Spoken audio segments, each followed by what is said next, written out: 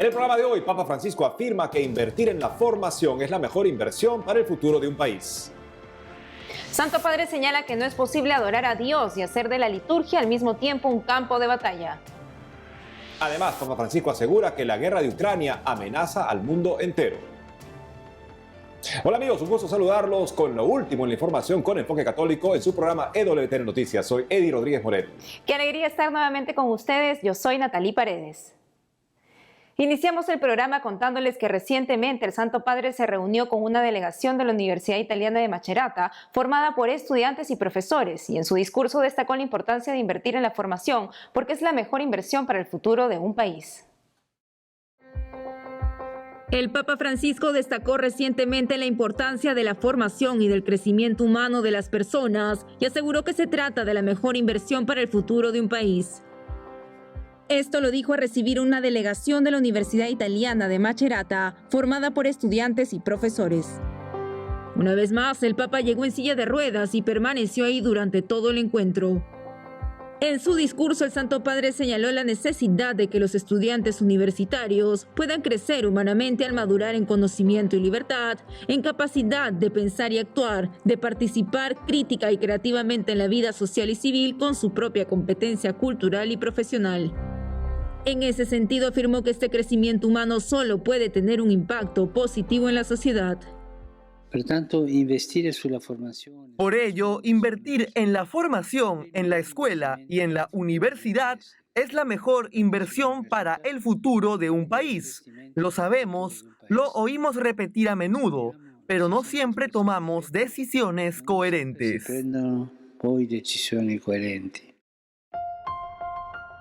El Papa recordó también a San John Henry Newman, quien afirmaba que en el ambiente universitario el joven se forma un hábito mental para toda la vida.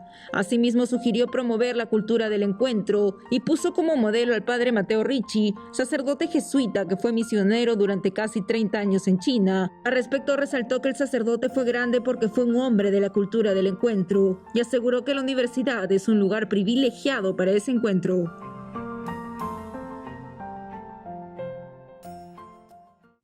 Por otro lado, el Papa Francisco recibió una audiencia a los profesores y estudiantes del Pontificio Instituto Litúrgico, recordando que no es posible adorar a Dios y hacer de la liturgia al mismo tiempo un campo de batalla. El Papa Francisco recibió en el Palacio Apostólico del Vaticano a profesores y estudiantes del Pontificio Instituto Litúrgico con motivo del 60 aniversario de su fundación. De esta manera, el Santo Padre subrayó la dedicación al estudio que realiza esta institución, que surgió como una necesidad que encontró una iluminadora verificación en el Concilio Vaticano II. A continuación, el Sumo Pontífice destacó que el Instituto Pontificio Litúrgico responde a las tres dimensiones que emergen del impulso del Concilio Vaticano II: la participación en la liturgia, la comunión eclesial y el impulso de la misión evangelizadora. Asimismo, aseguró que toda celebración litúrgica termina siempre con la visión, ya que lo vivido y celebrado lleva a salir al encuentro de los demás, al encuentro del mundo que nos rodea, al encuentro de las alegrías y necesidades de tantos que quizás viven sin conocer el don de Dios. El Papa defendió además que no es posible adorar a Dios y al mismo tiempo hacer de la liturgia un campo de batalla para cuestiones que no son esenciales.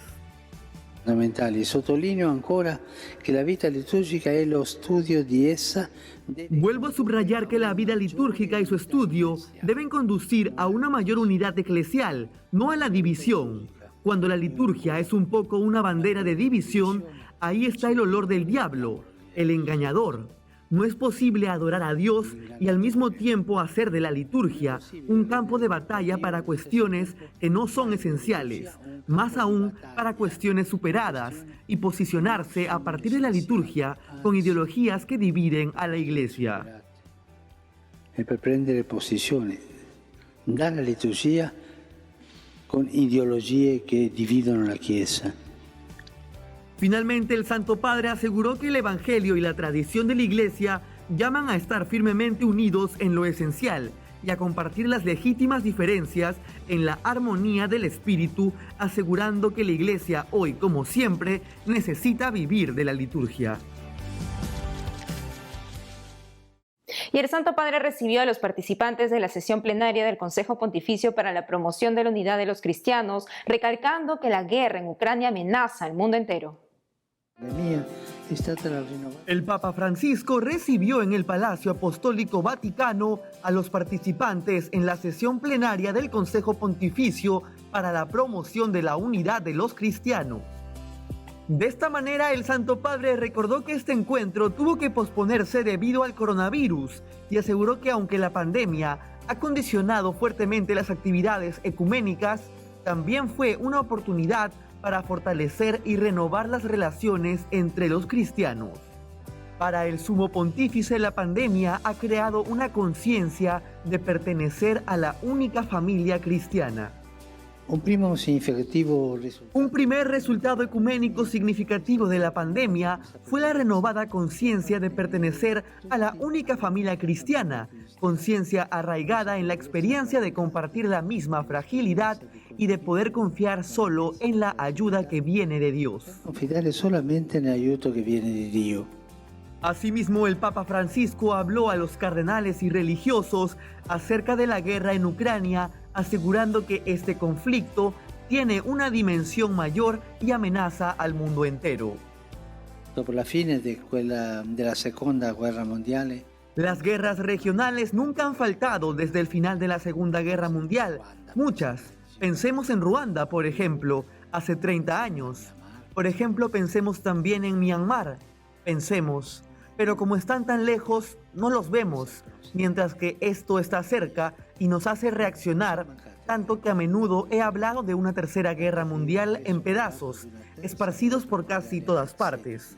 Sin embargo, esta guerra cruel y sin sentido como cualquier guerra, tiene una dimensión mayor y amenaza al mundo entero y no puede dejar de interpelar la conciencia de todo cristiano y de toda la Iglesia.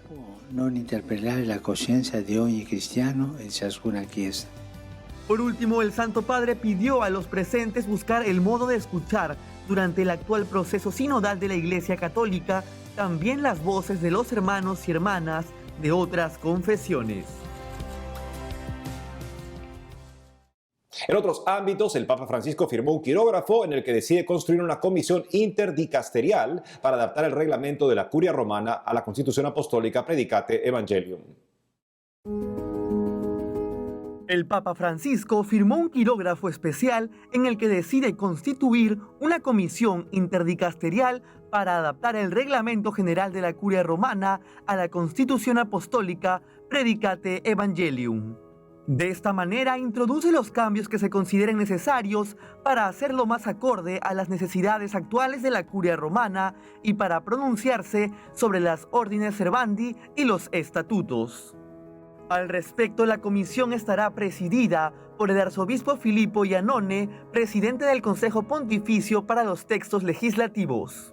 Además, el Santo Padre creó una institución vinculada a la sede apostólica, Domus Vaticanae, erigiéndola en persona jurídica canónica pública, con sede en el Estado de la Ciudad del Vaticano. A partir de este documento, Domus Vaticanae reunirá las 4 antiguas fundaciones vaticanas. Como se dio a conocer, esta nueva institución seguirá persiguiendo los objetivos de las fundaciones anteriores. Finalmente, el Papa Francisco aprobó los estatutos adjuntos que regirán Domus Vaticanae y delegó al secretario de Estado, el cardenal Pietro Parolin, la aprobación de su reglamento. El Sumo Pontífice se reunió hace poco en el Vaticano con miembros de la Orden de la Santísima Virgen María de la Merced, a quienes invitó a abrir el corazón para acoger la sorpresa de Jesús. El Papa Francisco se reunió en el Vaticano con miembros de la Orden de la Santísima Virgen María de la Merced, conocidos también como mercedarios, a quienes invitó a ponerse a la escucha durante el capítulo general que celebra la Orden. A partir del Evangelio de las bodas de Caná, el Santo Padre aseguró que la primera solicitud que la Virgen les hace como miembros del capítulo general es ponerse a la escucha.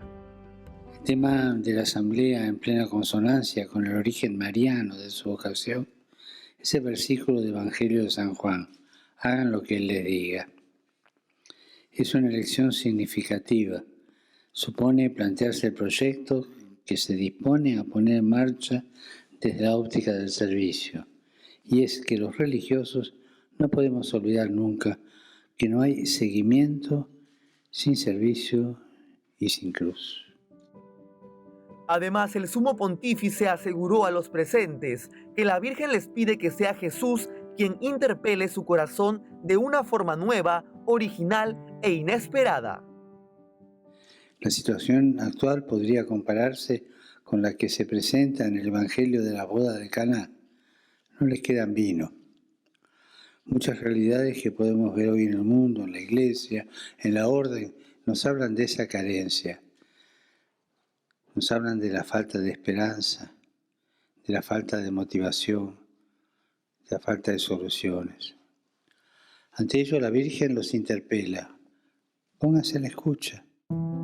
Asimismo, el Santo Padre pidió ver el trabajo que realizan como una respuesta generosa al llamado de Jesús, uniéndose a la Iglesia en la obra de evangelizar, porque de otro modo, este puede parecer un cansarse sin sentido.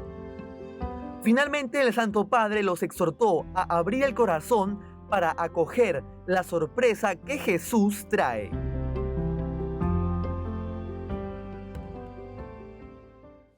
Siguiendo con las informaciones, les contamos que hace unos días se ordenaron 28 nuevos sacerdotes legionarios de Cristo en la Basílica Papal de San Pablo, extramuros, en Roma. Conozcamos los detalles. Con la cual hace unos días el cardenal Giuseppe Bertello, presidente emérito de la Gobernación del Estado de la Ciudad del Vaticano, ordenó 28 nuevos sacerdotes legionarios de Cristo en la Basílica Papal de San Pablo, extramuros, en Roma. Los sacerdotes proceden de México, Estados Unidos, Francia, Colombia, Brasil, Argentina, Chile, Italia, Corea del Sur y Alemania. A la ceremonia han asistido unas 2.000 personas, entre familiares y amigos y miembros de Regnum Christi, llegados de todas partes del mundo. En su homilía, el cardenal recordó las palabras del Papa emérito Benedicto XVI y al respecto dijo que en la imposición de las manos, el Señor toma posesión de cada uno y dice: tú me perteneces y estás bajo la protección de mis manos, de mi corazón, protegido en el cuenco de mis manos, y te encuentras en el océano del amor. Por otro lado, tras destacar que santificarse significa dejar todo lo profano y consagrarse como Jesús con todas las cosas al Padre, el purpurado italiano indicó que la consagración de los sacerdotes no es solo para ellos, sino para aquellos a los que son enviados, para transmitirles lo que han recibido, para que la palabra de Jesús dé muchos frutos y llegue a los confines de la tierra a través de su predicación y testimonio. El purpurado afirmó luego que un sacerdote legionario debe ser humilde, siervo de Jesús, que se hizo obediente hasta la muerte, como un infatigable salvador de almas, escuchando a todos, dedicando a todos el tiempo necesario y dando su vida sin límite alguno. Padre, Hijo y Espíritu Santo. Oremos por los nuevos sacerdotes legionarios de Cristo y por su camino en esta misión. Amigos, tenemos que hacer una pausa, pero al volver, Cáritas informó que atiende cada semana a miles de venezolanos necesitados en la diócesis de Carora. Además, más de 40.000 personas marcharon por la vida y contra el aborto en Ciudad de México. Ya retornamos con más noticias con Enfoque Católico.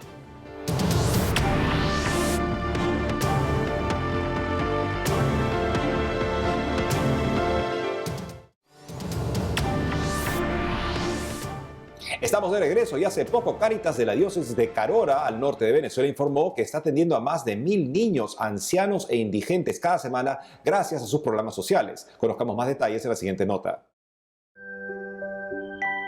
Hace unos días, Cáritas de la diócesis de Carora, al norte de Venezuela, informó que está atendiendo a más de 1.000 niños, ancianos e indigentes cada semana, proporcionándoles alimentos a través de las denominadas ollas solidarias, así como otros tipos de ayuda con sus programas sociales.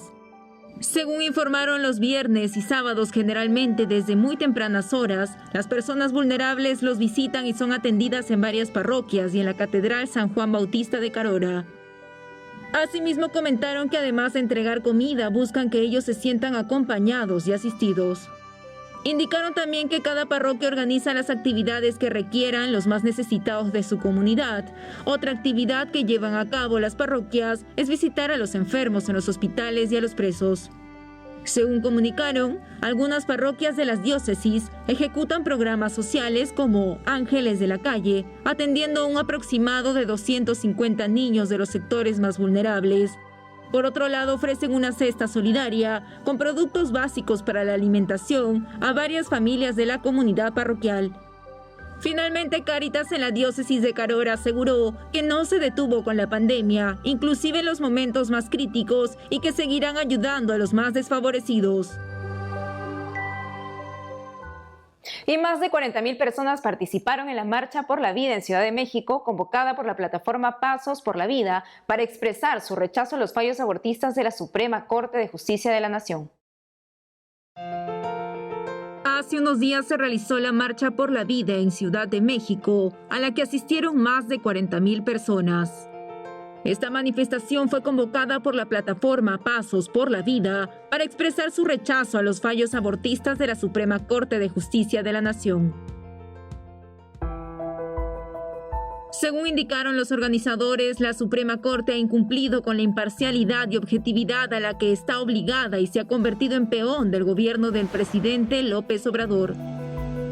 Y es que el pasado 7 de septiembre los 10 ministros jueces presentes en una sesión de un total de 11 votaron a favor de declarar inconstitucionales fragmentos del Código Penal del Estado de Coahuila que penalizaban el aborto y establecían sanciones para los profesionales de la salud que lo asistan.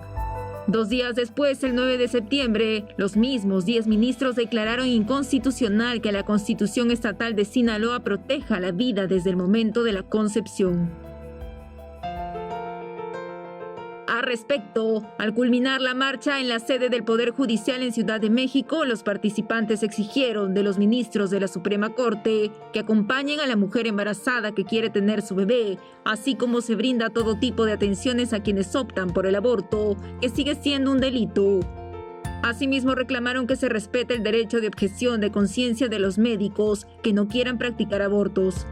Cabe indicar que debido a la pandemia la marcha se realizó de manera híbrida, mezclando la manifestación física y una transmisión virtual en redes sociales.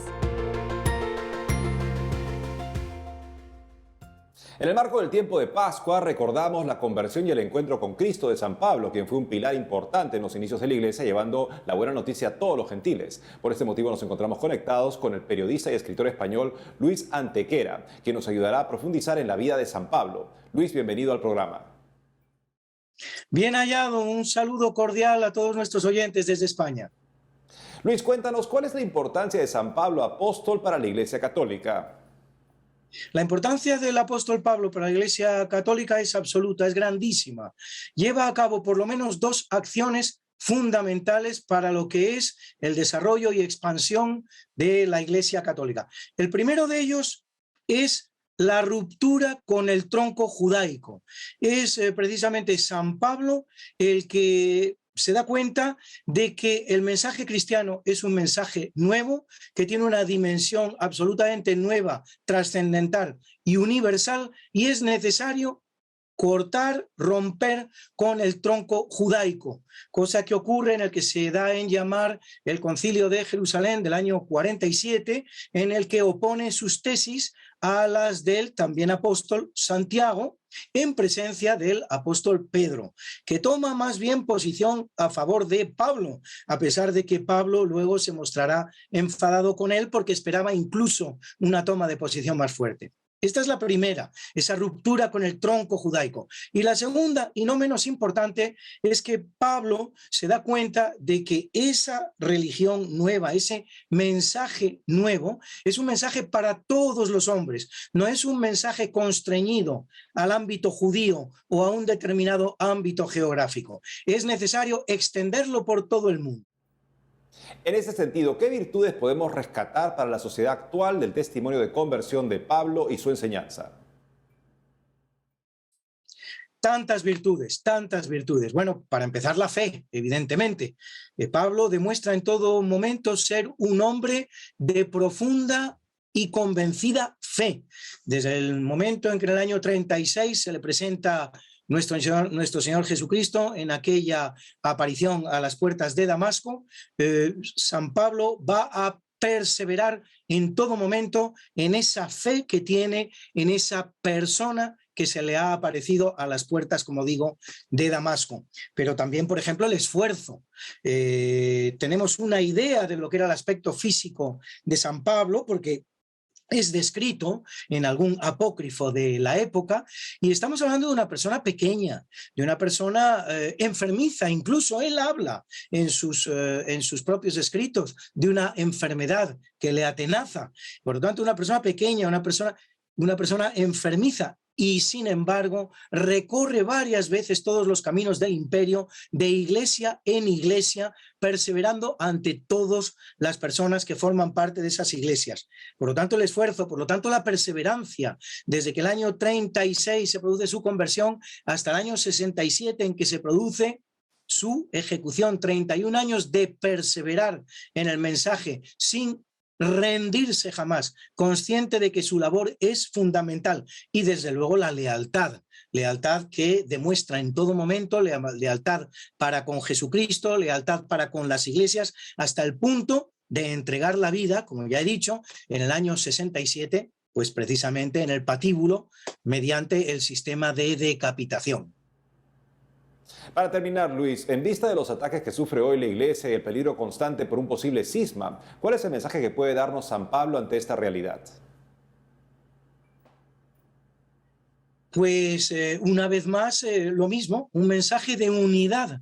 San Pablo es precisamente el que más se preocupa en preservar la unidad de todas las iglesias, estando en contacto con todas ellas, a todas las cuales escribe cartas, las que conocemos e incluso más cartas que no han llegado a nuestros días, sirviendo de mensajero entre unas iglesias y otras, visitando al que es la cabeza de la iglesia, San Pedro, poniendo a todos de acuerdo. Por lo tanto, ante todo, el mensaje de la unidad, y desde luego también el mensaje del valor ante la persecución.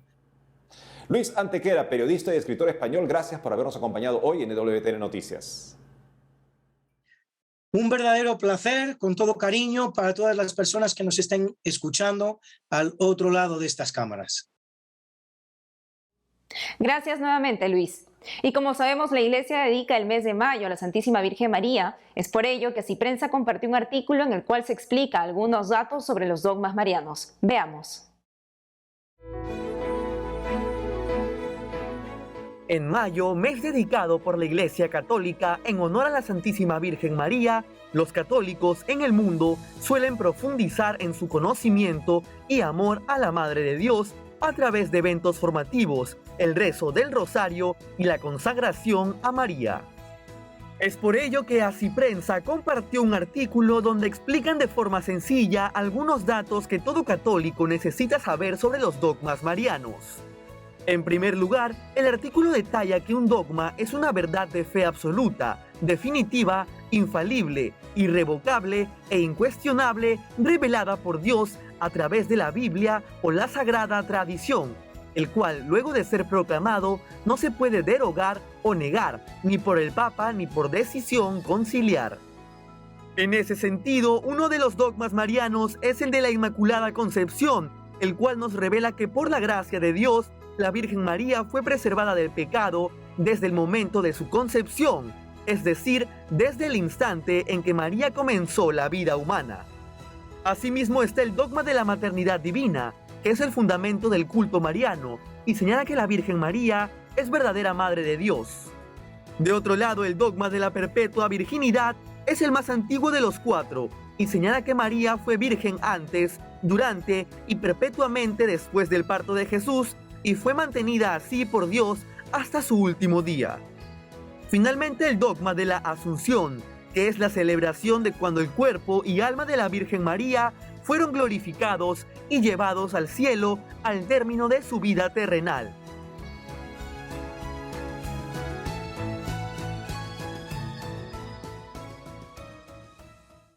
Y siguiendo con más noticias, en este mes de María les compartimos que la Enciclopedia Católica de Asiprensa propuso algunos actos de virtud que se pueden poner en práctica como devoción a nuestra Madre del Cielo.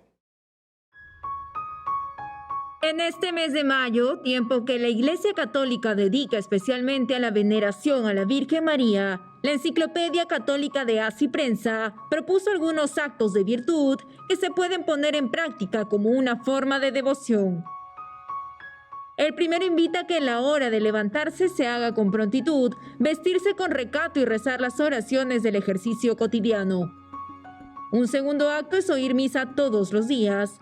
Además, se propone leer cada día algún libro bueno, como la vida de algún santo. Por otro lado, se aconseja privarse de algunas cosas o gustos como un ofrecimiento. También se pide dar limosna a los más desfavorecidos, aunque sea preciso privarse de alguna cosa. Como otro acto de virtud, se aconseja que al empezar alguna acción de importancia, se arrodille y se invoque con un Ave María el auxilio de la Santísima Virgen. Al entrar y salir de la habitación también se puede rezar un Ave María a Nuestra Madre Santísima. Otros de los actos de virtud que se aconsejan es ser puntual, no hablar mal de otros, guardarse de cometer pecados veniales y procurar ser testimonio vivo cada día con el ejemplo. Es preciso destacar que el Santo Padre ha pedido a la Iglesia Latina que ofrezca diariamente el rezo del Santo Rosario, pidiendo la paz en el mundo, especialmente entre Rusia y Ucrania.